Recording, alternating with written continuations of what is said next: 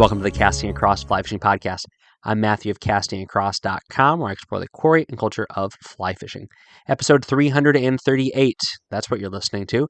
And two things that we need to talk about today. First, it's the subject matter of the podcast at large, and that is why you should buy some things even though you might want to buy other things. And I'll explain what I mean here in a second.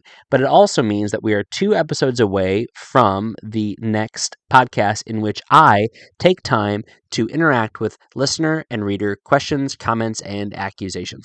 So if you have a particular question or you have a topic that you would want me to interact with directly, first of all, know that I will get back to you via email. But secondly, let me know, Matthew at castingacross.com, and if I think it's the kind of thing that would be really valuable for the entire class to hear, then we will go ahead and talk about that.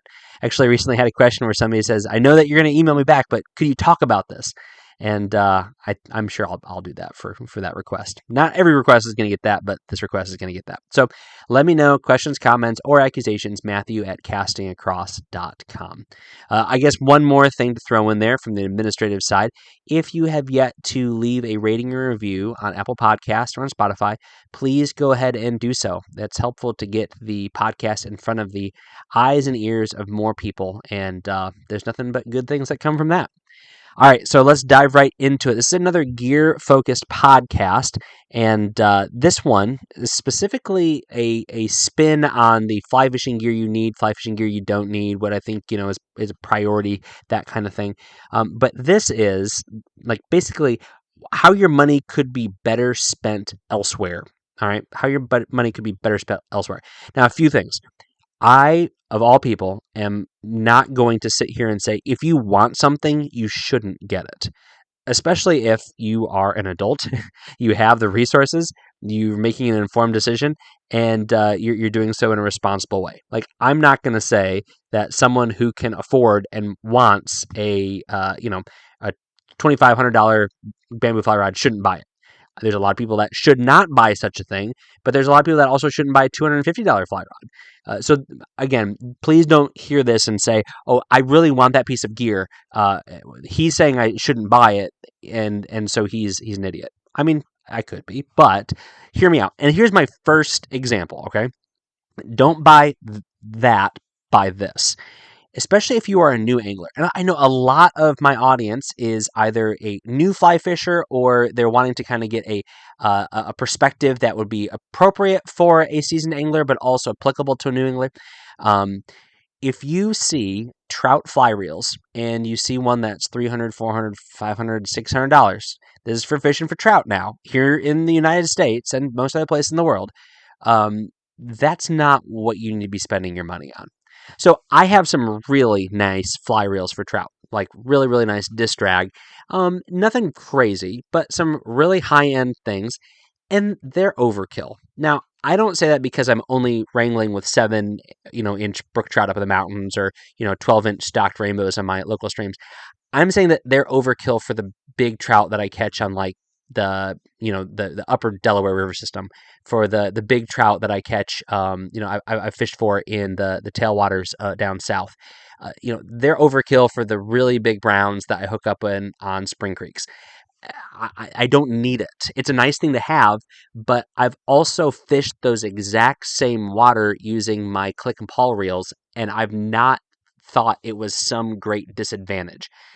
There are days after fishing a long time where I'm really playing the fish on the reel a lot, and I'm fishing in fast current. I'm hooking up a strong fish, and they don't have to be massive, but after a day of catching 14-inch fish, 16-inch fish, it's nice to really have a good reel that's going to assist you. So I'm not saying that having a good drag on a well-built reel is not a good thing. It's that you can find that these days in that $150 to $250 range. You don't need to spend the $500 to $600 on a trout reel for even for big water. But like I said, if you really want it, if you're seeing one of these reels, and I've got a couple of brands in mind that I'm thinking of, and they're beautiful and they're machined well and they are going to last forever, then don't feel bad about it. But if you are saying, hey, I have X amount of dollars to spend, I think that you're probably better spent buying a good fly reel at that $200 to $300 price point and then buying the best fly line you can buy. I've said this countless times, but instead of buying, spending your entire budget on a fly reel and then seeing whatever fly line is there, I would say find the best fly line that's available and then find the best fly rod, or excuse me, fly reel that you think you can kind of get away with. And, even probably save a little bit of money in doing that. Nothing against some of these beautifully, colored now, but beautifully designed and machined, and all the technology that goes in the drag of these reels. But you can, for trout especially, and even to a certain degree, like close in saltwater. So like estuarine fishing. So I'm thinking for stripers and for redfish and stuff like that. You know, I have had so much luck with stripers with, machined reels but they're under, $350. And for a saltwater reel, that's like entry level for machined and sealed disc drag. But all of that to say, you are better served in spending, I would say, less money on a reel and a little bit more money on the fly line. You are going to be able to cast better, and under most circumstances, that is where you're going to gain the largest benefit on, especially on trout rivers. So first thing I would say is, instead of spending a lot of money on this really, really high end trout reel, spend a little bit more money on the fly line. But again, that's a jump of maybe from $70 to $125. And the benefits of that, I talk about elsewhere. The benefits of it are going to be the materials that are used, the taper in the design, maybe even benefits like a coating that's applied to it that's going to give you a little bit more slick casting, as well as a little bit more durability. So that's the first thing. The second one is similar to it. Uh, Instead of buying the nicest waders you can buy the nicest boots you can buy. Okay. So instead of buying the highest dollar waders and then getting whatever boots, which is a lot of the conversations I've had with people, that's kind of the approach they take. Because, the waders feel bigger because they are. I mean, you hold them up and they cover your whole body. And so you want to get the nicest thing you can get. But I think you can get mid-range waders. And these days, even kind of a lot of the major brands kind of entry level or the step up from that. So maybe not their budget model, but their first kind of, core lineup, that wader is phenomenal. And compared to what I was fishing with, 25 years ago, it is just absolutely amazing the quality of a kind of a mid-range core model wader from some of these major manufacturers. So yes, there's nice things that you can get for that $700 pair of waders. I mean, they have bells, they have whistles, maybe there's a little bit more seam tape, maybe that there's a little bit more reinforcement around the knees and the seat, but you're going to get a lot of that at that kind of maybe $300 mark. Zippers, I've talked about before. I like a zippered wader. It is a luxury. It's not something that you absolutely need. There's most zipper waders don't do what you think they do, gents. They don't go all the way down to the point where if you have to relieve yourself, then you can simply unzip your waders. You're still going to have to take them apart. But all that to say, wading boots, I think, are a much more important investment. The reason being, you are going to protect your waders, your knees, your seat, all that sort of stuff, if you are not falling down. And you're also going to protect your body, which is a lot more expensive than any piece of fly fishing gear that is out there. I've seen the hospital bills, and they are more than even the nicest rod and reel combo that's out there. And so if you get a good pair of boots that fits you well, that is built and designed for the kind of fishing, wading, and hiking that you're doing with your particular, foot and build and mobility in mind, you are going to be so much happier than if you have the highest end waders. It's kind of like the bottleneck is at the boot. The bottleneck is not at the waders. So that is to say, your boots are really going to have a greater impact on your day of fishing than your waders are.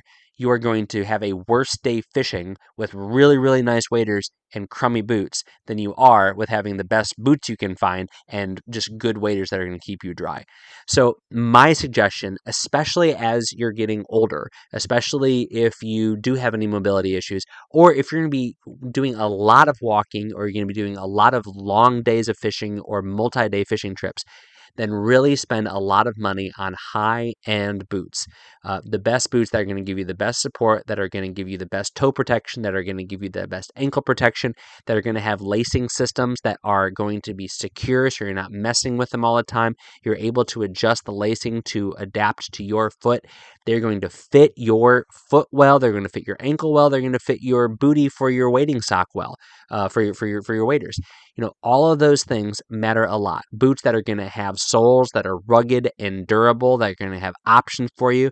And obviously, when we talk about options, corkers and their interchangeable system is certainly the first thing that comes to mind. But, there are definitely boots that offer a removable studs, which again is a really, really helpful thing. And usually the nicer boots are going to have more options when it comes to that. So, studs that you can take in and take out as opposed to just screw in. And then when you pull out, you really can't put them back on the same place. Otherwise, you compromise the stability of that sole and that rubber. So I am all about, again, spending the more money. And this is a lot like that last conversation with the reel versus the line. Going from a good reel to the high end reel is a doubling the cost. Going from $250 to $500. Whereas going from fly line, you're only going from 75 to maybe 125. So it's a much smaller investment. The same thing is true of waders and boots. You go from that mid range core level wader, so let's say $250 $300, to the high end wader, you're saying $600 or plus dollars for those waders. Whereas with the boots, you're talking the difference between maybe the 150 up to like the 250, and you're getting a whole lot more bang for your buck on those good quality boots. And so I think it really comes down to what are you going to experience a benefit from most immediately. And for both of these two issues, I would say that or these two items, you're going to experience a better fishing experience with your fly line versus your reel, and with your boots as opposed to your waders. Now, once again, I just want to reiterate, if you want to buy the nice stuff and you can, and it's not going to be a problem, go for it. All right, third thing, and here is the one that maybe a lot of people are going to say, well, of course. But if you're a new angler and you see on Instagram, or you see driving around town, or you see at the boat launch, the guys that have the rooftop fly rod racks, they have a place and they have a purpose, and there's some people that get a lot of use for them. And there's some people where it just means that their rods live up there as opposed to in their garage. And if that's going to be your situation, then save the high dollar amount that demands, because they're not inexpensive. Those rooftop fly rod racks are not cheap. Now, they have a place. If you are a guide, if you are on the river every day, if you are fishing in a way that requires multiple rods to be rigged up and ready, then it makes sense. And also, if you're in a place where you're either secure and safe enough to do that, you're in a climate where your rods aren't going to be baking on top of your car, and also where it's secure, you're not going to get them stolen. Because I was jogging the other day and I was in the middle of nowhere here in New Hampshire, and this guy had his truck with his rod rack parked on the side of the road, and he was either fishing or hunting. I assume he was hunting, and I hadn't seen another car drive by in a long time. I mean, that's where people have gotten their stuff broken into. And all he had was it's a plastic casing. All you need is a pair of bolt cutters. Now, I'm certainly not encouraging anybody to get into it, but that's just one of the concerns, and they're not inexpensive. So I'm not against them. I actually seriously considered buying one a few years ago, only because I constantly have a handful of rods rigged up when I go because of my kids, and it's easier to keep them up and outside of the car as opposed to inside of the car. But I ended up opting away from getting one. So there are situations where they are better. So instead of buying that, this is what you should consider. For very short money, there are inside the car rod storage options. Okay, But my favorite one by far is a old style rod reel kind of storage case that you can keep your rod just broken down into two pieces, um, and assembled and ready to go with your reel on the reel seat. That way, everything is out of the way and it is not super conspicuous, and you can still get to it quickly. Now, those are still a little bit expensive in the sense that they probably run, even if you were to get like a generic one off of Amazon, 45 to 50 bucks, but certainly not, it's not the hundreds and hundreds of dollars for the rooftop rack. But even better, and you can save yourself a ton of money and you'd be ready to roll. They have been making these rod stocks, and every company I seen has one. Loon makes them. 3M Scientific Anglers makes them. I'm sure a lot of people make them because it's basically the same thing, but it almost looks like the Chinese finger trap design, and it kind of rolls up on itself. But what you can do is you can have your rigged up rod, and then you can break it in half, and then you slide the sock over it, and it's not rigid by any stretch of the imagination, but it's also not cloth. So there's a tiny bit of protection. And then there's a little elastic band that you can loop over your butt of your rod, and then you throw a real case on there. I like the ones from Vitavu, and your rod is ready to fish in heartbeat. And even if it is rigged up with your line running up through the guides, because of the way these rod socks work, it's not going to spin and get tangled as you've probably experienced. And you can keep that in your car. You can keep it in your house that way. Ideally, you keep your rod broken down and you keep your line out of your guides. But I know how it is. If you're fishing a lot or you're wanting something quick, then you're going to keep things rigged up. So that is a much, much more affordable option than the rooftop rack. And for most anglers who are fishing maybe a couple times a week, maybe a couple times a month, it is a much more reasonable choice to make.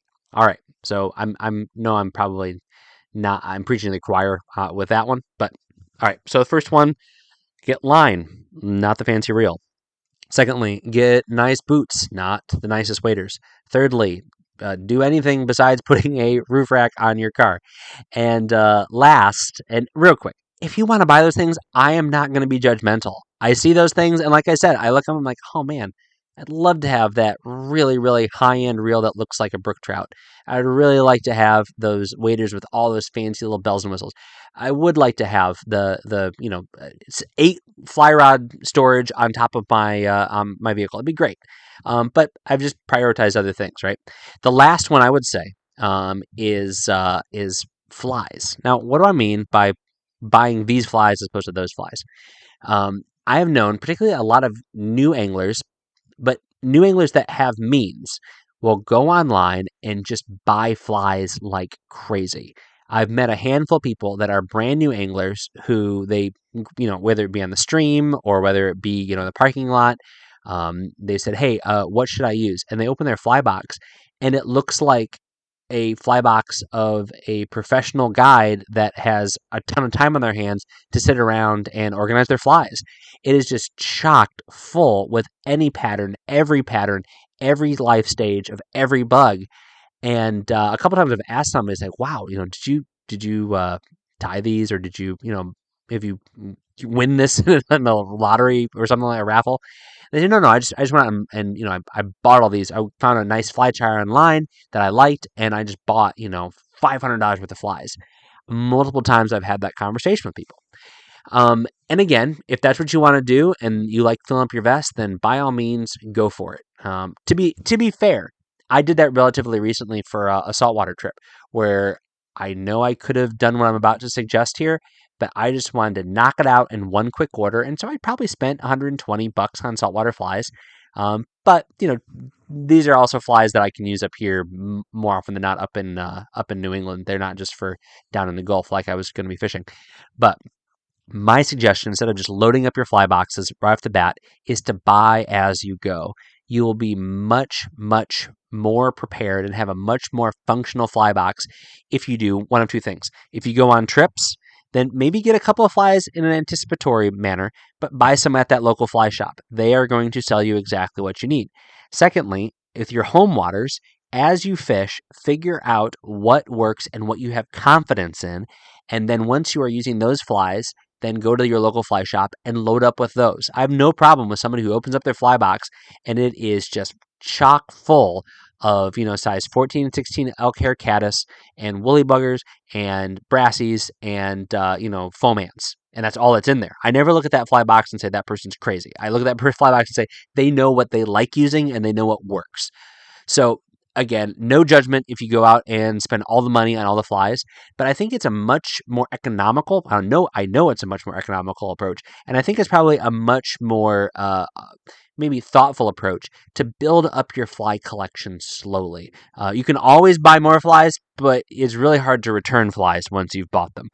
So those are just 4 things where I would say instead of buying that, buy this. Instead of buying the nicest reel that you can afford, buy a good trout reel and then buy the best line you can afford. So, you have $500 to spend. Instead of going $425 on the reel and $75 on the line, go $125 on the line and then, spend $300 on the reel. Same thing with boots and waders. Spend more money in your boots, and then whatever you have left over, get the best waders that you think that you need.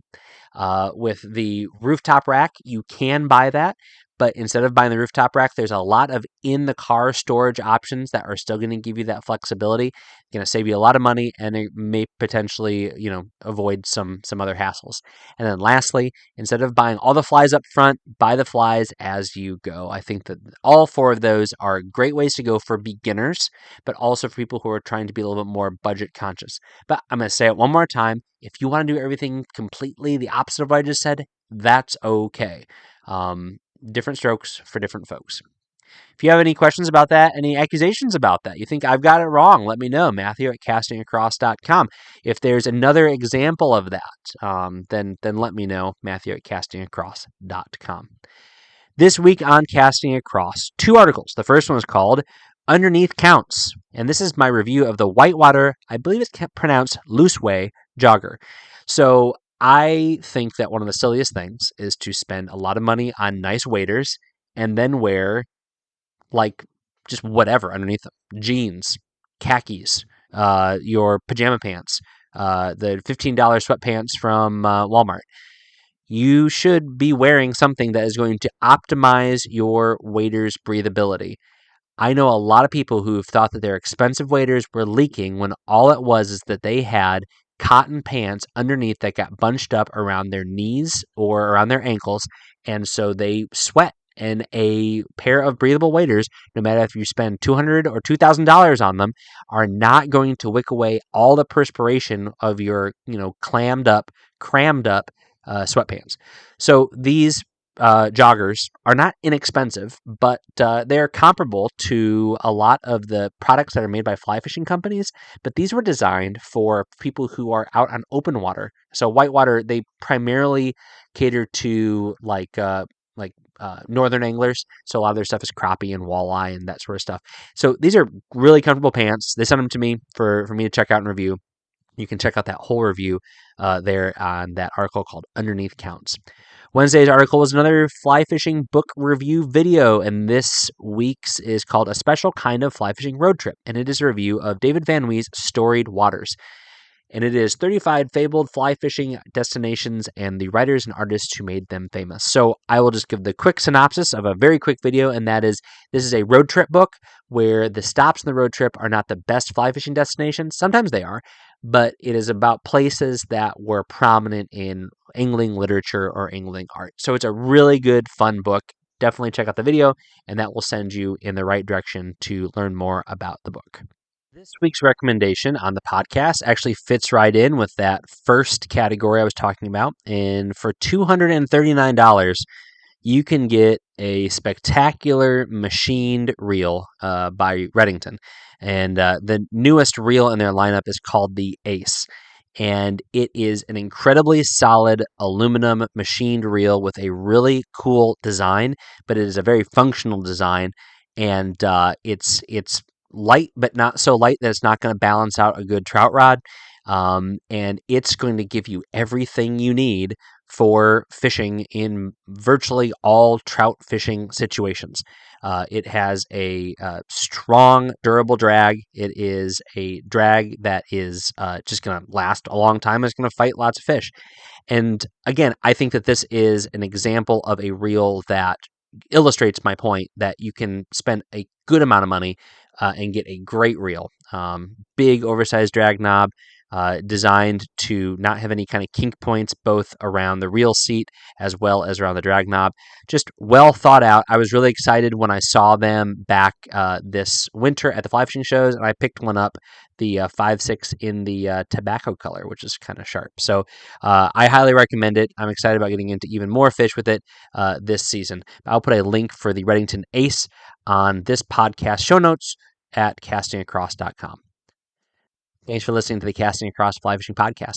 Please subscribe to your favorite podcast app and then go and rate the podcast in Apple Podcast and Spotify.